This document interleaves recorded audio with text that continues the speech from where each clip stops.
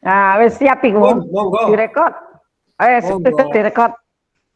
Assalamualaikum warahmatullahi wabarakatuh. Waalaikumsalam warahmatullahi wabarakatuh. Alhamdulillah, siang hari ini apa kabar Bapak Ibu? Alhamdulillah. Baik, alhamdulillah baik, sehat. Alhamdulillah. Alhamdulillah. Panas-panas. Luar biasa. Luar biasa. Panas-panas dalam kondisi seperti ini kita masih bertemu untuk belajar bersama. Artinya bukan saya ini sebagai instruktur lalu saya ini lebih baik dari Bapak Ibu, tapi kita belajar bersama. Inilah belajar merdeka. Bapak Ibu, merdeka belajar. Merdeka belajar, ya. Belajar. Sebelum melakukan presentasi ini, mari kita berdoa dulu. Mudah-mudahan belajar kita mendapatkan barokah, mendapatkan ilmu yang melimpah dari Allah. Amin, amin, amin, amin. Amin ya rabbal alamin. Mulai. Amin. Bismillahirrahmanirrahim. Alhamdulillahirabbil alamin. Iya. Bapak Ibu, bagaimana keadaan sekolahnya? Sudah melihat liburan ini? Keadaan sekolahannya? Oh, sudah ini ada di alhamdulillah, saya berada di sekolah. Alhamdulillah. Sehat. Belum libur. Sehat semua, nggih. Sekolah juga baik. Mudah-mudahan keadaan ini juga membaik sehingga kita bisa bertemu dengan anak-anak dan kita tidak perlu menggunakan teknologi ini, tapi ini minimal pembelajaran kita, nggih, Pak. Bapak Ibu, apa perlu ice breaking? Ya. Ice breaking dulu, nggih, ice breaking. Monggo. Ice breakingnya tepuk terima kasih, tepuk jos, tepuk salut, nggih. Nggih, monggo. Ya. Dimulai. 1, 2, 3. Tepuk salam. Tepuk. Loh. Salam. Nggih, tepuk salam. Apa itu? Otak. Hati. Mulut. Assalamualaikum. Waalaikumsalam. Satu lagi, tepuk jos. Tepuk jos. Satu tepuk jos. Siap. Otak. Kepala. Iya, ada otak. Hati. Mulut. Jos. Mulut. Terima kasih. Oke, kita masuk ke materi Bapak Ibu. Hari ini saya akan mempresentasikan tentang pohon refleksi. Apa itu pohon refleksi?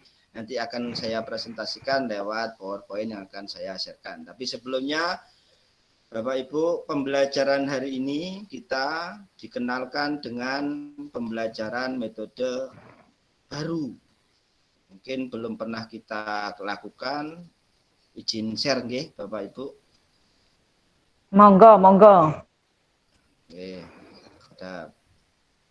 Alhamdulillah, semangat nggih, Pak, Bu. Semangat. Sudah terlihat? Alhamdulillah, semangat terus. Sudah, ya. Pak. Sudah, Pak. Masih proses. Sudah.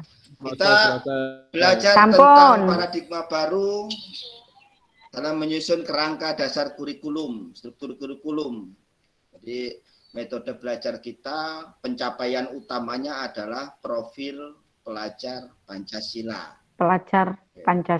Elemennya di dalamnya nanti kita bahas, Ge. Elemen-elemen di dalamnya ini kerangka dasar kurikulum, profil pelajar Pancasila, struktur kurikulum, dan proses prinsip pembelajaran asesmen. Oke. Dari sini Ibu-ibu sudah punya gambaran belum tentang apa yang kita bahas ini? Belum, Pak. Belum, nggih. Mohon penjelasannya, nggih, penjelasannya. Pelan-pelan mawon, karena merdeka belajar itu tidak akan memaksakan Bapak Ibu harus cepat mengerti, tapi kita belajar step by step dengan menyenangkan. Oke. Saya persingkat mawon tentang profil tujuan utama kita ya. Profil pelajar Pancasila.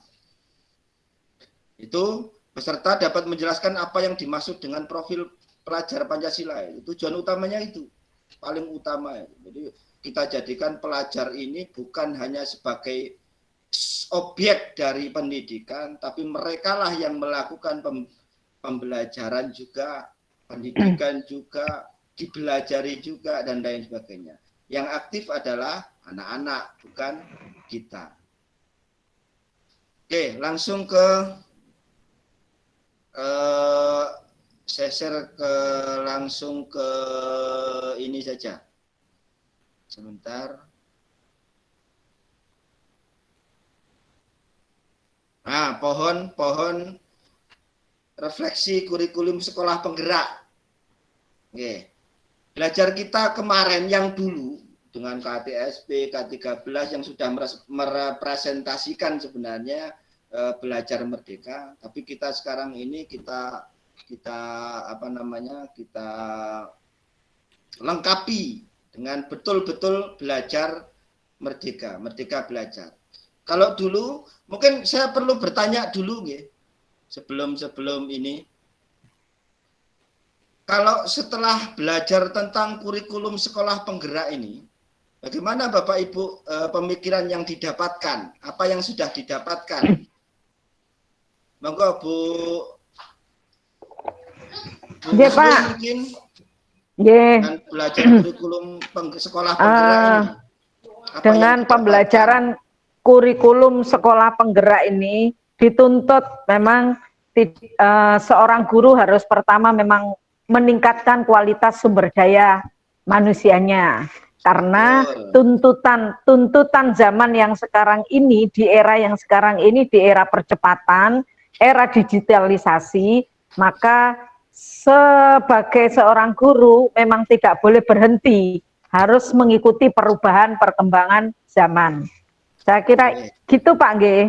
Alhamdulillah, ini belajar kita bukan salah atau benar, tapi ini pengalaman Bapak Ibu, apa yang Bapak Ibu dapatkan. Mungkin Pak Dedi Kurniawan, ini beliau dari SMK di salah satu kota besar di Jawa Timur, Kota Malang. Ya, kalau menurut saya ini nanti pastinya akan berimbas ke perkembangan yang ada di sekolah maupun dari SDM yang ada di sekolah itu sendiri, Pak. Pastinya dengan adanya mungkin pelatihan seperti ini atau mungkin informasi seperti ini, pembelajaran seperti ini, pasti kita meminta atau kita berharap itu bisa memberikan transformasi informasi yang baru, karena kan sebelumnya mungkin kita ini ya, mohon maaf Pak, mungkin banyak Bapak Ibu guru yang agak bingung masalah teknologi. Nah, dengan adanya mungkin pelatihan atau informasi seperti ini, harapan kami Bapak Ibu guru ini bisa mengoperasikan mungkin atau bisa mengikuti perkembangan zaman yang ada sekarang ini. Kurang lebih seperti itu Pak Muslim. Monggo lanjut. Alhamdulillah, ini jadi setiap daerah itu mungkin punya kapasitasnya masing-masing, ya, punya potensi dan lain sebagainya, yang mana mungkin cara berpikir, cara berpandangnya itu berbeda. Tapi alhamdulillah itu cerminan bahwa kita ini mau belajar, gitu ya. Lalu setelah belajar itu, kurikulum sekolah penggerak itu, yang dipelajari apa saja? Tadi kan pemikiran yang didapatkan, apa yang jenengan berpikir, apa itu sekolah penggerak dan lain-lain. Yang pasti jenengan dapatkan dari kurikulum sekolah penggerak. Kalau mungkin yang sudah paham itu, sudah tahu. Pak Usnan mungkin?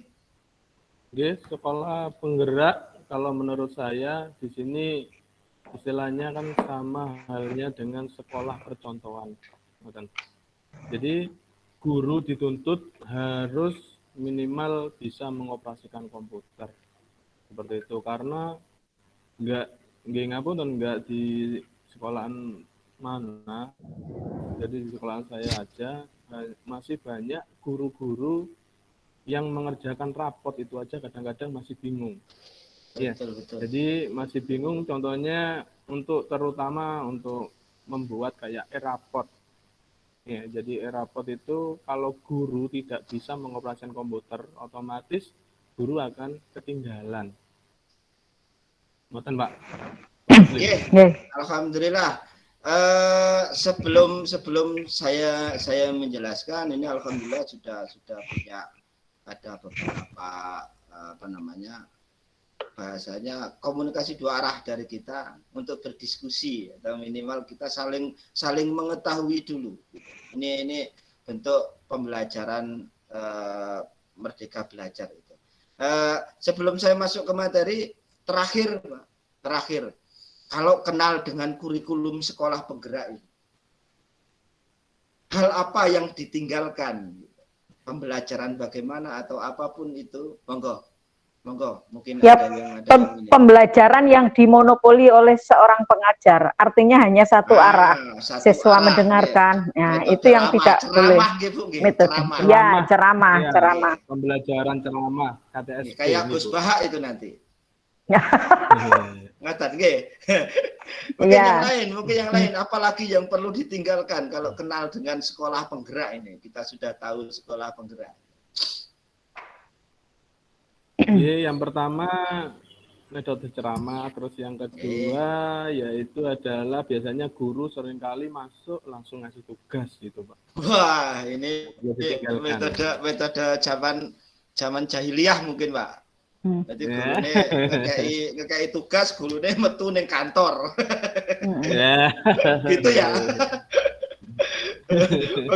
Maka sebelum saya mulai yang lain, mungkin kalau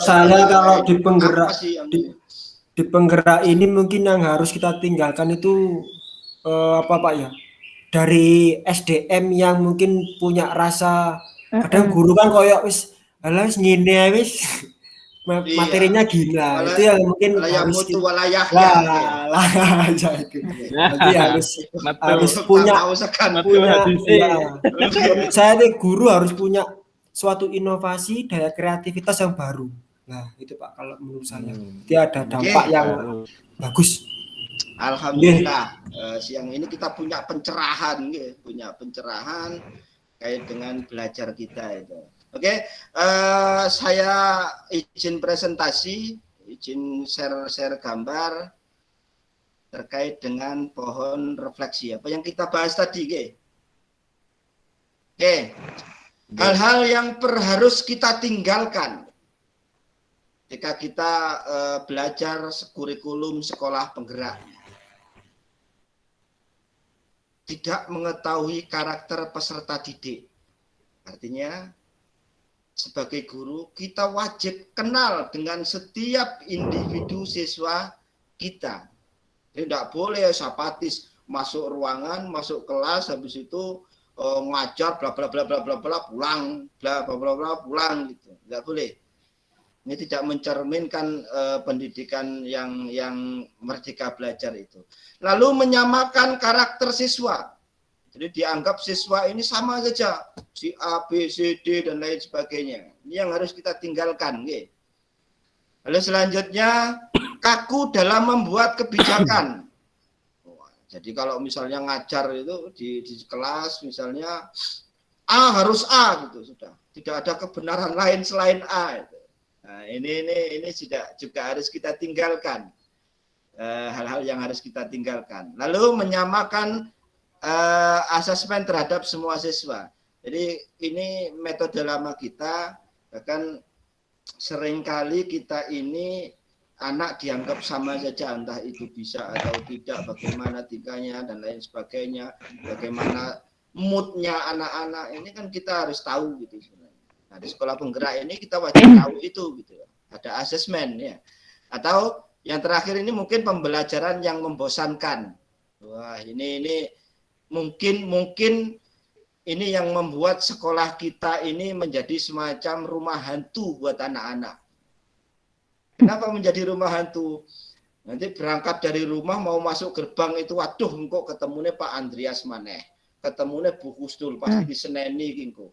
Ketengane Pak Dedi, wah Pak Dedi ki ditinggalin ning kantor ae kingko gitu. Pak Usnan kingko, Pak Usnan jadi pusing ae Pak Usnan itu. Pasti jadi sekolah ini seolah-olah menjadi tempat yang menyakutkan bagi anak-anak ini. Nah, hal-hal itu yang harus kita tinggalkan. Lalu ketika kenal dengan kurikulum sekolah penggerak ini, pemikiran yang didapatkan itu adalah tentang teknik penilaian. Ya, satu, teknik penilaian. Bagaimana teknik penilaian di sini? Ada asesmen itu, ada penilaian-penilaian yang tidak hanya sekedar menilai akademis saja. Misalnya tugas diberi soal, jawab, selesai, nilaimu ya segitu sudah. Mbah gue nyontek, mbah gue opo, enggak seperti itu. Tapi penilaiannya bisa berbagai macam teknik. Bisa lewat penugasan, membuat gambar, membuat video, membuat kegiatan dan lain sebagainya. Lalu kita juga kenal dengan filosofi pendidikan Ki Hajar Dewantara. Yang paling terkenal itu kan ing ngarso sung tulodo, ing madya mbangun karso, tutwuri handayani. Guru itu harus ada di semua tempat. Di depan bisa memimpin, di tengah ini bisa ngajari, di belakang itu bisa mendorong. Itu anak-anak itu perlu ada orang-orang yang seperti itu. Nah, guru ini jadi anutan murid, siswa.